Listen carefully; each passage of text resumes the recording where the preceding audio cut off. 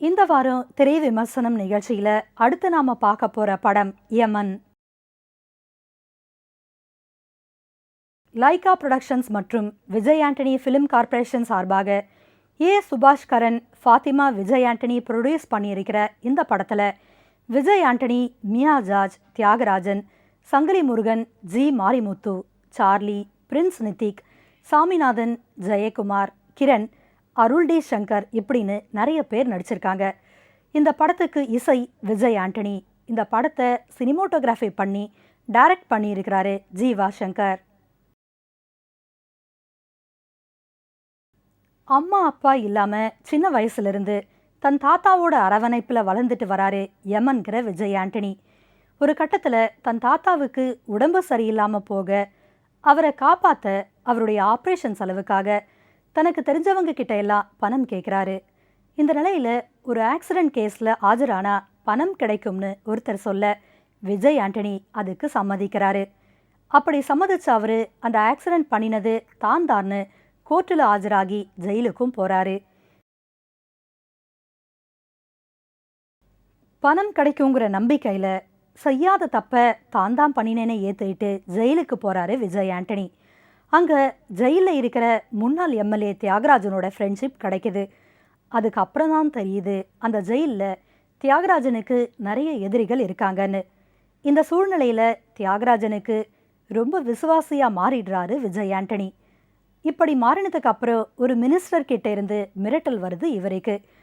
அந்த மினிஸ்டரோட மிரட்டலை சமாளிக்க வேறு வழி இல்லாமல் அரசியலில் இறங்குறாரு. இப்படி அரசியலில் இறங்குற விஜய் ஆண்டனி அரசியல் மூலமே தன்னையும் தன் தோழி மியா ஜார்ஜையும் மிரட்டின மினிஸ்டர் கிட்ட இருந்து எப்படி காப்பாற்றிக்கிறாரு, அதுக்கப்புறம் அந்த மினிஸ்டரை பழி வாங்கினாரா இல்லையா அப்படிங்கிறது தான் இந்த படத்தோட மீதி கதை. வழக்கமான ஃபார்முலா கதை, அரசியல், பழிவாங்குதல், இந்த மாதிரி நிறைய கதைகள் வந்திருந்தாலும் ஸ்கிரிப்டில் சீன் பை சீன் படத்தை விறுவிறுப்பாக கொடுக்க ட்ரை பண்ணியிருக்கிறாரு இயக்குனர் ஜீவா சங்கர்.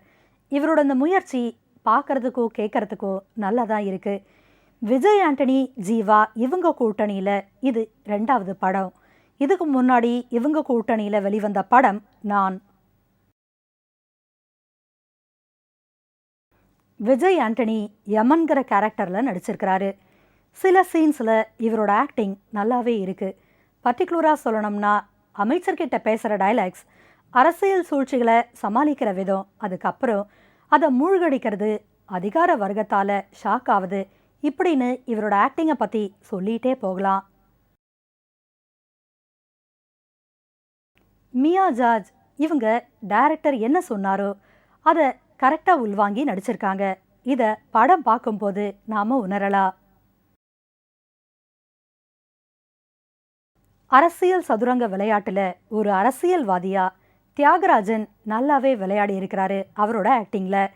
அதுக்கப்புறம் சார்லி, சங்கிலி முருகன், ஜி மாரிமுத்து, பிரின்ஸ் நித்திக், சாமிநாதன், ஜெயக்குமார், கிரண், அருள் டி சங்கர் இப்படின்னு எல்லா ஆர்டிஸ்டும் அவங்க கேரக்டரை நல்லாவே பண்ணியிருக்காங்க.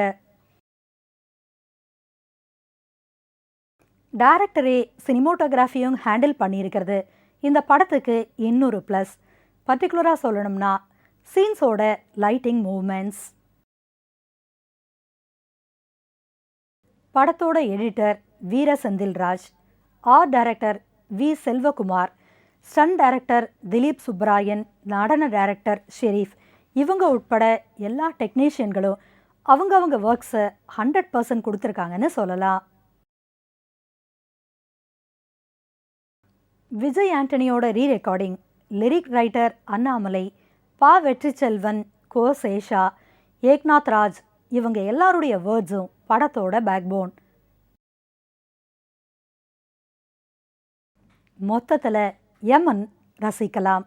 மீண்டும் அடுத்த வாரம் திரை விமர்சனம் நிகழ்ச்சியில் சந்திக்கலாம். நன்றி, வணக்கம்.